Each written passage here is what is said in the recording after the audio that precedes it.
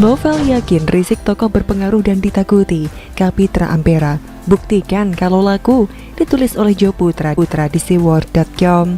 Halo, selamat menyaksikan informasi dari channel Tanda Seru.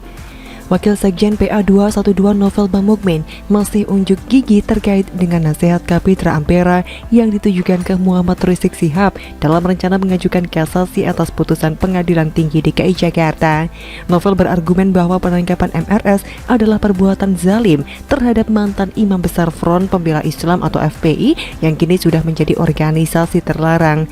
Ia pun akan menyerang siapa saja yang memberikan pernyataan seputar ditolaknya permohonan banding MRS di Pengadilan Tinggi DKI Jakarta.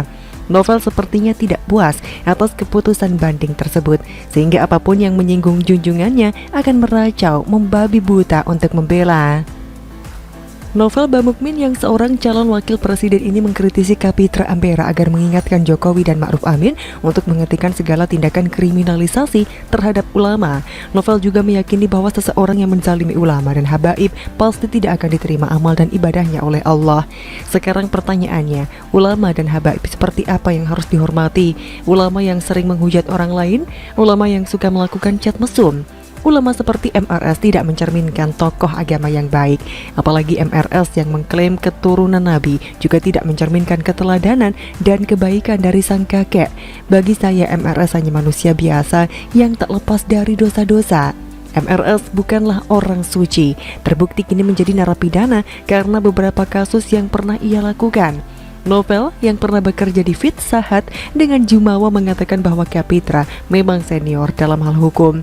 Namun Kapitra tidak paham soal agama.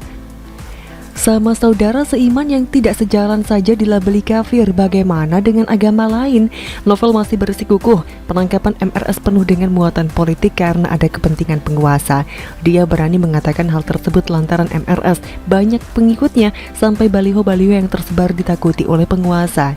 Yang bener Pel, buktinya semua baliho dirobek-robek sama aparat TNI. Semua pengikut MRS pada tiarap. Bahkan MRS sendiri bersembunyi dan kabur-kaburan karena takut diciduk aparat kepolisian. Sampai beberapa nyawa pengikutnya mati sia-sia karena melindungi ulama yang pengecut pada kejadian tol Cikampek kilometer 50. Untuk itu terkait klaim Novel Bamukmin bahwa MRS tokoh berpengaruh dan banyak pendukungnya, Kapitra menyarankan MRS untuk mendirikan partai politik. Mantan pengacara MRS ini meyakini bahwa kekuatan MRS yang berpengaruh pada perpolitikan nasional bisa disalurkan melalui jalur konstitusional, legal, dan formal untuk bersama membangun bangsa dan negara. Saran Kapitra Ampera sudah tepat bagi saya, karena dengan memiliki partai, MRS bisa bersaing dengan cara yang sehat. Jika mempunyai tujuan yang sama yakni memajukan negara dan bangsa, mengapa tidak mendirikan parpol saja? Katanya tokoh berpengaruh dan ditakuti karena pendukungnya banyak. Kenapa tidak sekalian daftar untuk menjadi partai politik? Tidak perlu mendirikan lagi ormas yang kini sudah terlarang. Daripada teriak-teriak di atas mobil komando sekitar Monas tanpa arah dan tujuan, lebih baik duduk menjadi ketua umum partai politik. Ya enggak, Kapitra Ampera juga menegaskan jika ada gerakan politik di jalanan yang telah berhasil selalu bermuara ke parlemen, DPR, dan MPR RI sebagai lembaga resmi. Dan pernyataan Kapitra tersebut memang benar adanya. Untuk itu Ampera menantang MRS untuk membuktikan bahwa dirinya tokoh yang berpengaruh dan laku secara politik. Ya, laku hanya didukung oleh para penyembah baliho yang katanya memiliki 7 juta umat itu. Nah, dengan mendirikan parpol, mampukah MRS membuktikan kekuatan dan pengaruhnya dengan mendirikan sebuah partai politik? Kalau MRS mampu, maka bisa mencalonkan diri sebagai presiden. Jika tidak, cukup jadi presiden Republik of Petamburan saja. Jangan hanya keluar-keluar kalau MRS punya pengaruh dan kekuatan dalam dunia politik, sementara dirinya hanya mampu mendirikan ormas yang sudah dilarang di wilayah NKRI. Jadi cukup jelas bahwa pengaruh dan kekuatan MRS terletak pada kekuatan para bohir. Pendukung MRS hanya sebatas orang-orang yang dicuci otaknya untuk mendirikan negara khilafah. Jika MRS berani mendirikan sebuah partai politik karena kekuatan dan pengaruhnya, maka ia akan berhadapan dengan partai-partai Islam yang sudah lama berdiri. Saya tidak tahu apakah para pendukung MRS kebanyakan simpatisan PKS atau tidak. Jika dugaan saya benar, maka PKS akan berkurang suara pendukungnya lantaran berpindah ke partai baru besutan MRS. Dan ini akan menjadi kiamat bagi PKS untuk tenggelam selamanya. Dan saya yakin Novel Bamukmin akan dicalonkan sebagai wakil ketua umum dan penasehat partai karena Novel sangat piawai dalam bidang hukum dan sangat mendalami agama, tapi cuma dalam mimpi. Demikian kira-kira kata kura-kura. Bagaimana menurut Anda?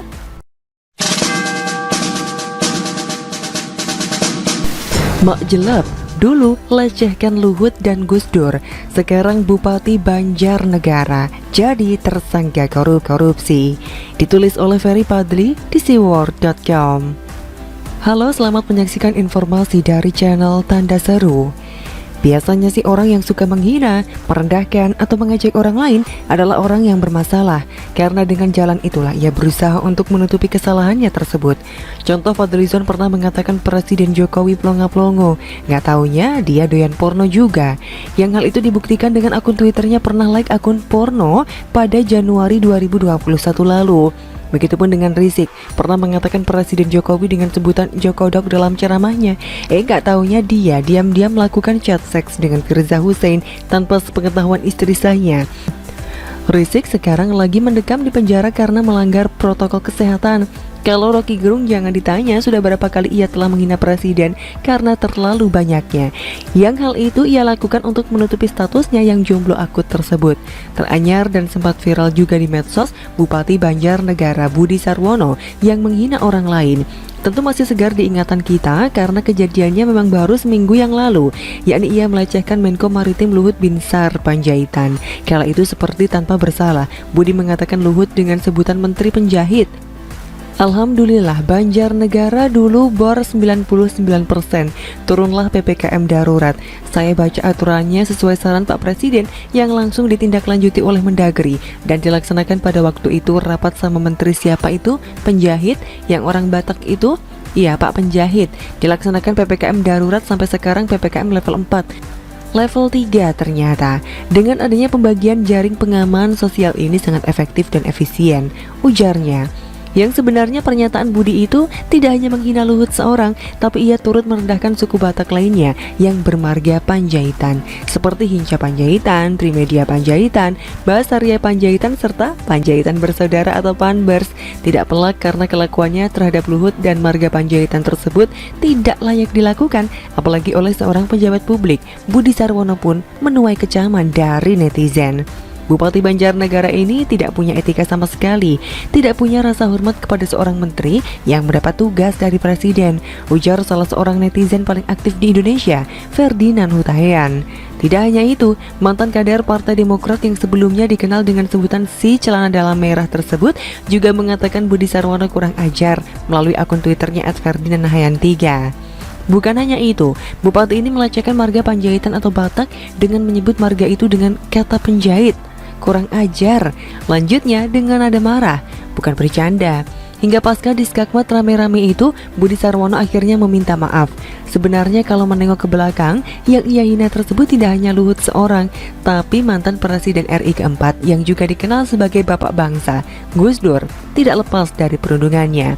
Yang hal ini menimbulkan kemarahan kaum Nahdliyin. Untung Banser bukan suka main hakim sendiri seperti FPI, sehingga si Bupati Banjarnegara itu tidak sampai dipersekusi seperti Ninoy Karundeng dulu. Lantas, apa tujuan Budi menghina orang yang sebenarnya jabatannya jauh lebih tinggi dari dirinya tersebut? Lagi-lagi untuk menutupi kesalahannya, yang notabene si Budi itu adalah seorang koruptor. Terbukti, baru-baru ini ia diciduk KPK dan sudah ditetapkan sebagai tersangka. Mantan bandar dan pecandu narkoba tersebut disebut menerima fee proyek pengadaan pada Dinas PUPR Pemkab Banjarnegara senilai 21 miliar rupiah. Setelah KPK melakukan penyelidikan, maka kita tentu menemukan adanya bukti permulaan cukup dan kita tingkatkan ke penyidikan. Malam hari ini sampaikan rekan-rekan atas kerja keras tersebut menetapkan dua tersangka antara lain BS, Budi Sarwono, yaitu Bupati Kabupaten Banjarnegara periode 2017 sampai dengan 2022. Tersangka kedua KA, orang dekat Budi, pihak swasta, ujar Ketua KPK Firly Bahuri pada 3 September. Untuk kepentingan penyidikan, kedua tersangka dilakukan penahanan di Rutan Kafling C1 dan KA di Rutan KPK Pomdam Jaya Guntur. Mulai hari ini sejak tanggal 3 September sampai dengan 22 September 2021. Lanjut Firly lagi. Mak jelek, dari yang awalnya merasa diri lebih keren dari Luhut dan Gus Dur, akhirnya mendekam di penjara juga. Sakitnya tuh di sini, di mana-mana. Padahal sempat ngaku dapat hidayah loh dan hijrah. Ketika lihat duit lupa akan segalanya. Termasuk lupa akan hidayah yang diberikan Tuhan kepadanya tersebut. Pertanyaannya, siapa yang mengusung si Budi ini menjadi bupati? Ternyata partai yang katakan tidak pada hal korupsi, Partai Demokrat. Bagaimana menurut Anda?